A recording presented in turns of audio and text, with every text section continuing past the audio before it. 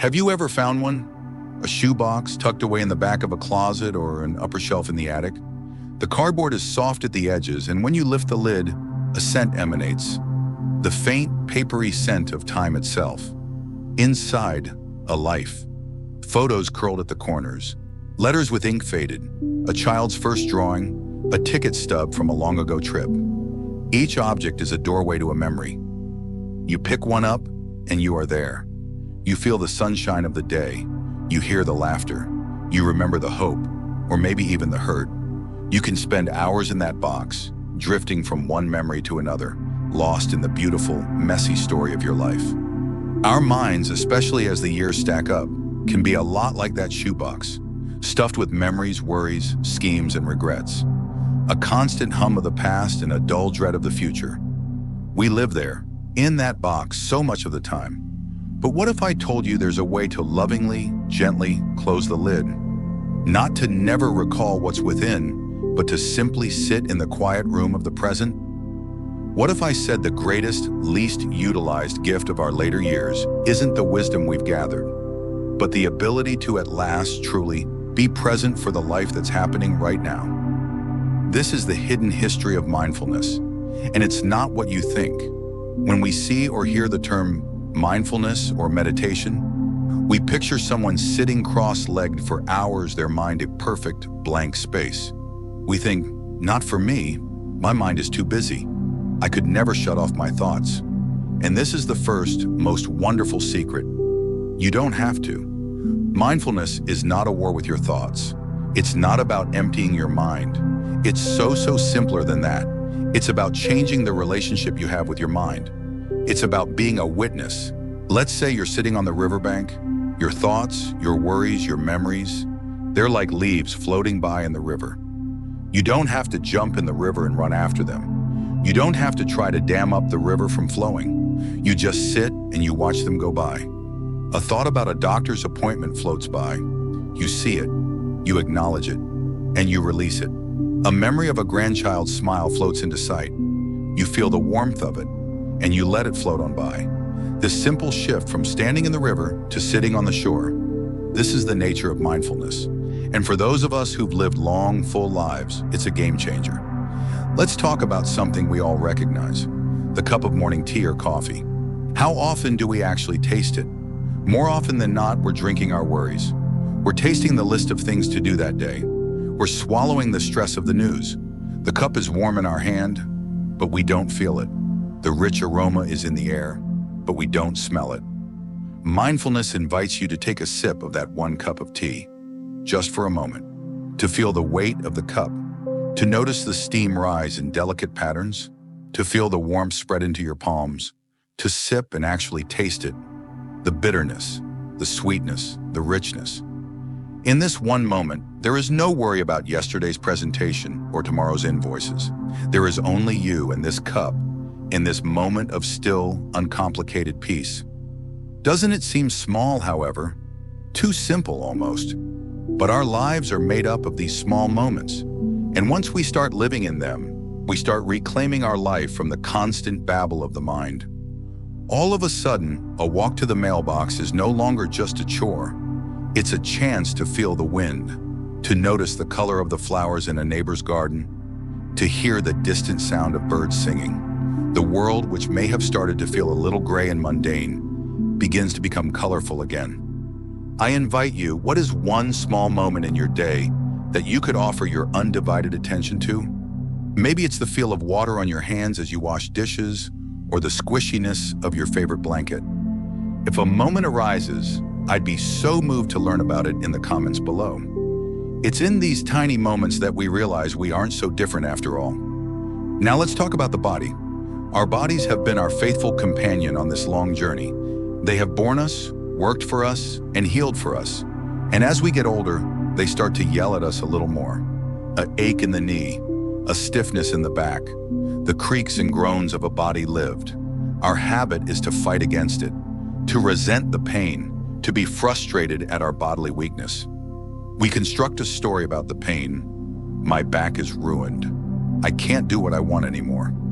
This fighting, this resistance, is a layer of mental suffering in addition to the physical sensation. Mindfulness offers a different approach. It invites you to treat your body not as an enemy, but as an old, dear friend who might benefit from some kindness. Instead of tensing up against a pain, can you instead approach it with a curious friendliness? Without judgment, just notice the sensation. Is it dull or is it sharp? Is it constant or does it rise and fall like a wave? You breathe into it, not to get rid of it, but to ease up around it, to create some space around the sensation. What you tend to find is that when you stop fighting with the pain, when you release the mental tension around it, the physical sensation itself becomes more bearable. You are separating the raw information of the pain from the story of suffering that you've built up around it. You're training to be with your body as it is, with compassion and grace. It's a profound act of self-love. And what about the mind itself? The horror of losing our edge, the frustration of a name that's on the tip of the tongue, the feeling of brain fog. These are normal and they can be frightening. We're afraid we're losing our grip. Think of your attention as a muscle. When we live our days in distraction, jumping from thought to thought, submerged in the shoebox of the past, that muscle weakens. Mindfulness is bringing that muscle to the gym. Every time you make the conscious choice to bring your attention back to your breath, or to the taste of your tea, or to the rhythm of the rain, you are strengthening your ability to focus. You are training your brain to be present. Studies have shown that a consistent mindfulness practice can actually improve cognitive function, memory, and the ability to process information. It's not a magic pill, but a gentle, steady training that helps clear the mental clutter. It's like tidying a room. With less clutter, it's much easier to find what you're looking for.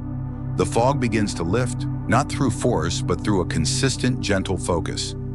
If this idea of a gentler, more focused mind resonates with you, giving this video a like is a wonderful way to help this message find others who might need to hear it.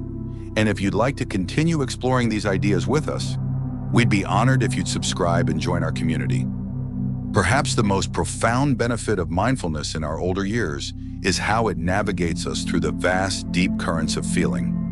Life, by its nature, involves loss. We lose those we love. We lose our former abilities. We lose the life we had. Grief, loneliness, and terror can be crushing forces that overwhelm us.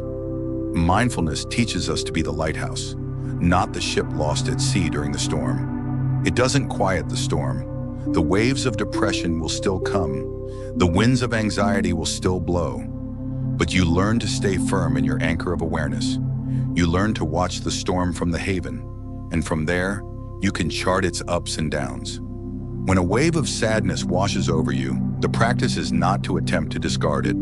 The practice is to say, oh, sadness is here. You feel it in your body, the tightness in your chest, the tears in your eyes. You allow it to be here without judgment and without becoming it.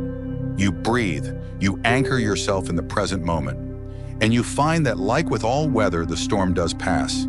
The feeling moves through you instead of getting stuck inside you. This habit develops a tremendous resilience. It gives you the quiet bravery to encounter life's inevitable ups and downs with an open heart. It allows you to hold both joy and grief, to understand that a full life contains both. You don't have to be afraid of your own feelings anymore. So where do you begin? It's simpler than you imagine. You don't need a special cushion or a noisy retreat. You only need your own breath. Wherever you are sitting right now, you can do this. Just for a moment, feel your feet on the ground. Feel the chair under you. And just now become aware of your breath. Don't change it. Just feel the gentle rise and fall of your belly or your chest. In and out. That's it. You're doing it. When your mind wanders, and it will, to your grocery list or a recollection from a half-century ago, just gently, without judgment, return it to the feeling of your breath. Every time you return it, you are training. It's not about how long you can be thought-free. It's the kind, patient act of returning, again and again. Start with 1 minute a day, 1 minute of just being with your breath. That's it. As you become more comfortable, you can experiment. Take a mindful walk, paying attention only to the sensation of your feet hitting the ground. Eat 1 meal a day mindfully, actually tasting each bite. Listen to a song as if you're hearing it for the very first time. This is not another thing to do on your list of things to do. It is an undoing. It is a letting go. Let us go back to that shoebox of memories. Before we were stuck in it, tossed from one picture to the next, reliving the past. With mindfulness, we can simply sit quietly next to the box. We can choose to take out a memory, look at it clearly and lovingly, experience the sensation that it invokes, and then carefully, lovingly, place it back in the box. And then we return. We return to the feeling of the air on our skin. We return to the person sitting across from us. We return to the here and now. Our legacy is not only the tales in that box. Our most important legacy is the presence, the tranquility, the wisdom we bring to this moment. It's the gift we offer to our children, our grandchildren, and to ourselves. The gift of a mind that is not a cause of agitation, but a source of peace. A heart that is not closed by fear, but opened by a deep and abiding love for the simple, beautiful, precious gift of being alive. If there is someone in your life who might find some peace in this message, a friend or loved one, please pass along this story to them. It's a gift that is free but priceless.